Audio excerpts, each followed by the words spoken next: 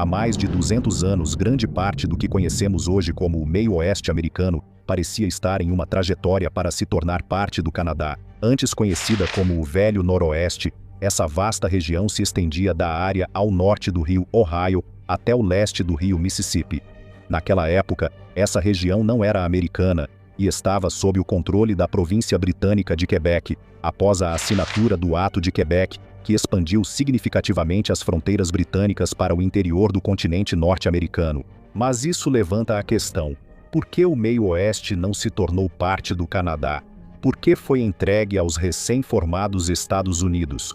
E quão perto chegamos de ver uma versão completamente diferente da América do Norte nos mapas?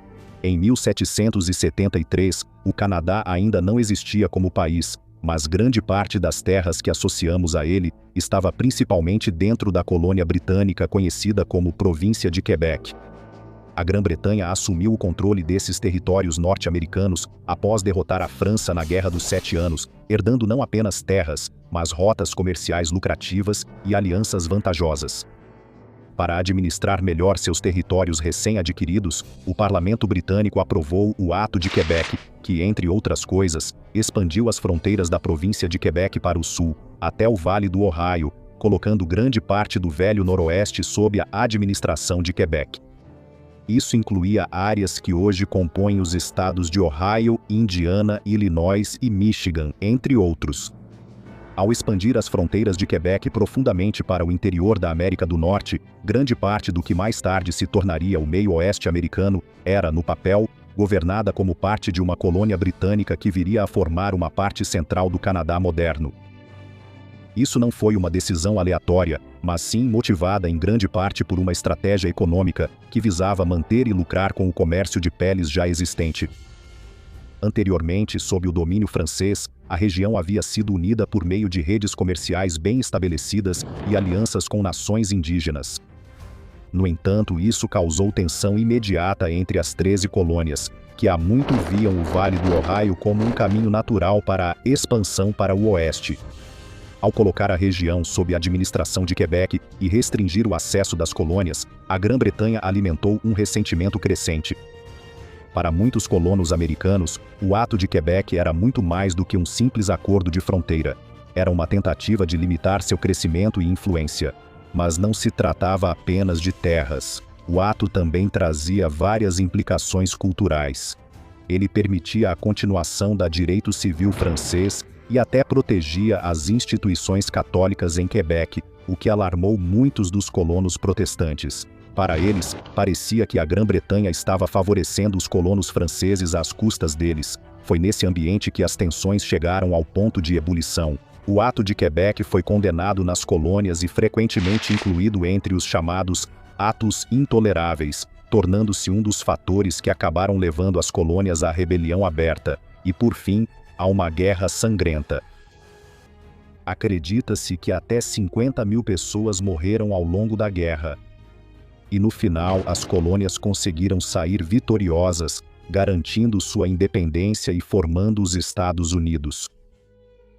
Com o fim da guerra, a América do Norte entrou em um longo período de transformação e suas fronteiras seriam continuamente redesenhadas ao longo do século seguinte.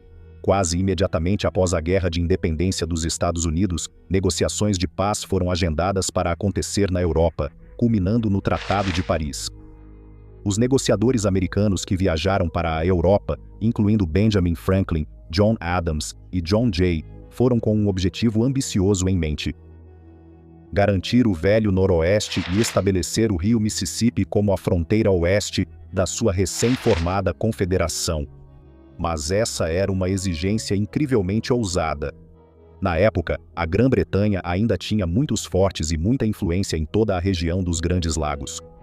Em teoria, ela poderia ter tentado manter o controle do Velho Noroeste, o que o colocaria no caminho de se tornar parte do que hoje é o Canadá.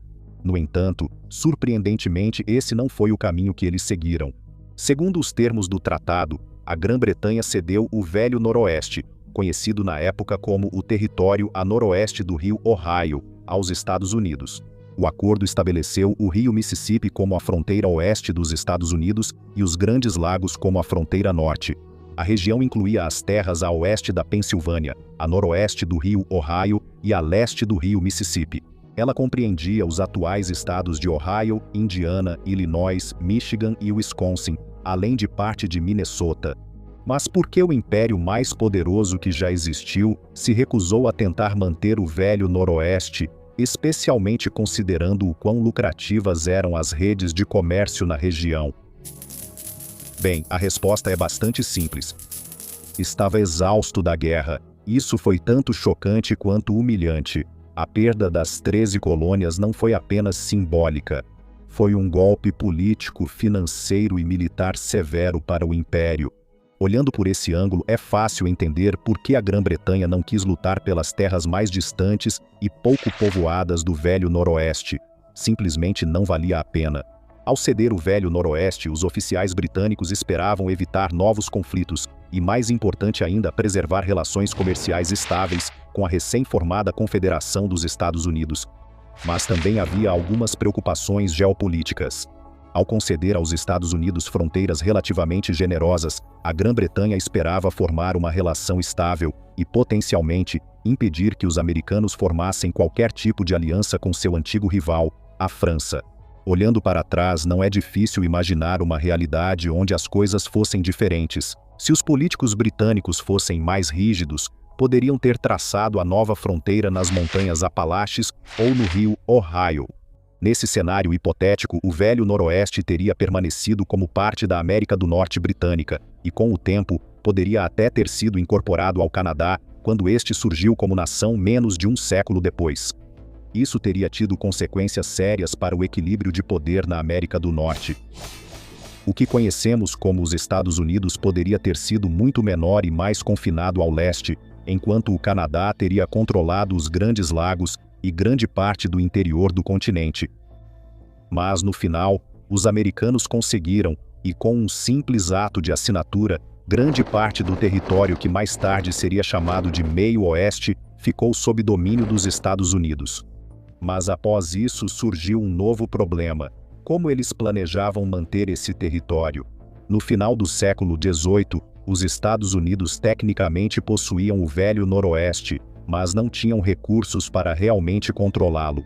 No papel, a terra era deles, mas na realidade existiam vários problemas, muitos dos quais começaram a ameaçar o controle deles sobre a região. As tribos indígenas que viviam na região, como os Miami, Shawnee, Lenape e Wyandot, rejeitaram os termos do Tratado de Paris.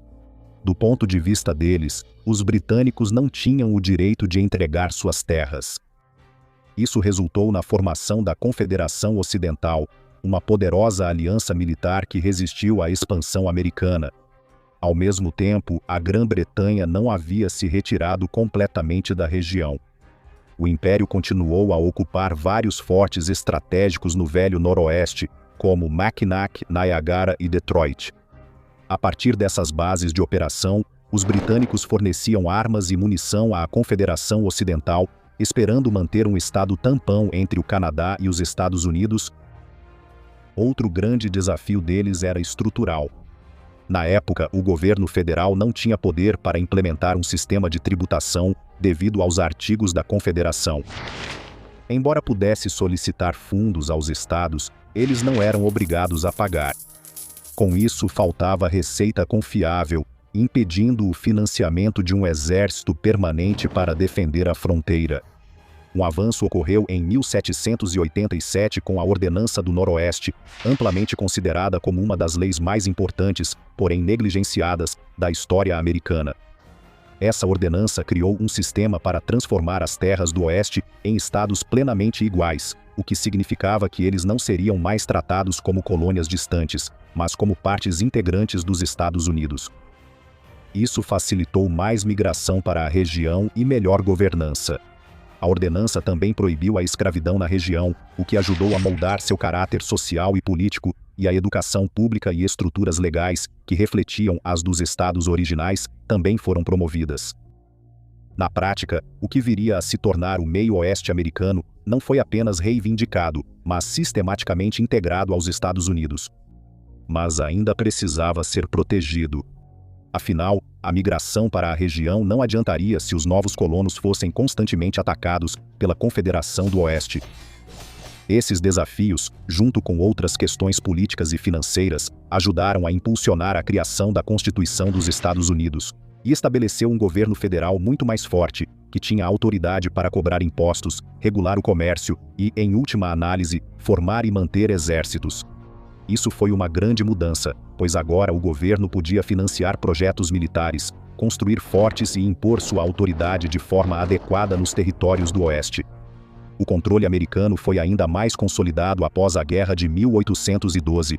Durante a guerra, as forças americanas deram um grande golpe na Confederação Indígena liderada por Tikum Tecumseh, cuja morte em 1813 marcou um ponto de virada. No ano seguinte, o Tratado de Gante foi assinado, com ambos os lados concordando em retornar às fronteiras anteriores à guerra.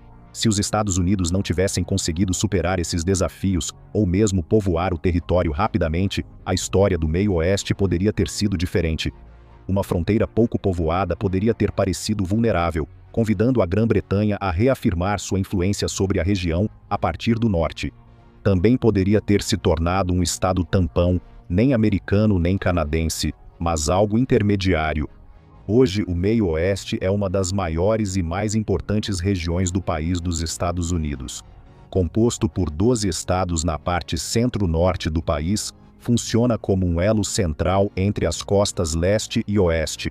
No final, não foi apenas um momento que decidiu o destino do Meio-Oeste, mas sim uma série de escolhas políticas, guerras militares e prioridades econômicas que favoreceram os Estados Unidos, moldando o mapa da América do Norte como conhecemos hoje.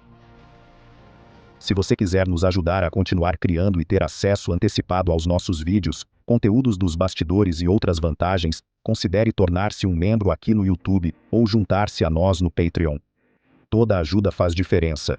E como sempre, muito obrigado por assistir.